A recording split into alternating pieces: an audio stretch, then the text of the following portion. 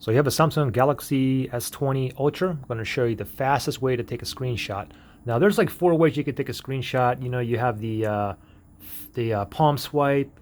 You also have the side panel here where you can actually take a screenshot as well. And you can also ask Bixby to take a screenshot.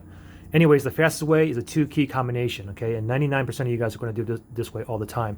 It's the volume down button and power button, okay? So volume down, power. What you want to do is press both buttons really quickly, just like that. Okay, again, ready?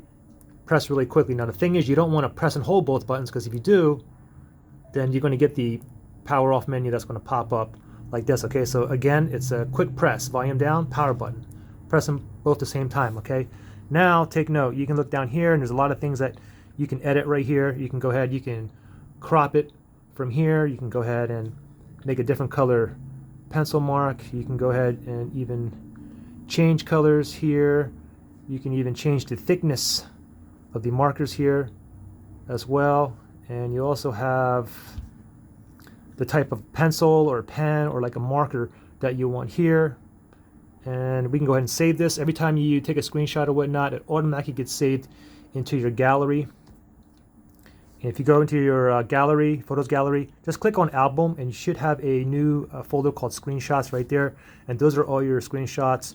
Now let me show you something else. If you go ahead and click on, let's say you're in a browser and you're looking at like an article or a website, and you not only want to capture or screenshot this, but you want to be able to scroll and capture, what you can do is this, okay? So if I go ahead and take a screenshot right now, now you get this other icon down here, this down one. So I can click down, and you can see how much of this is taken, okay? See how this gets like longer? And now I can basically leave it right there. I can go ahead and edit it from right there as well. And if I leave it like this, it's automatically going to go into my photos gallery. So if I go to my photos gallery, we can see that entire long article in here as well. Okay, so pretty simple. Any questions, just comment below. All right, thanks, bye.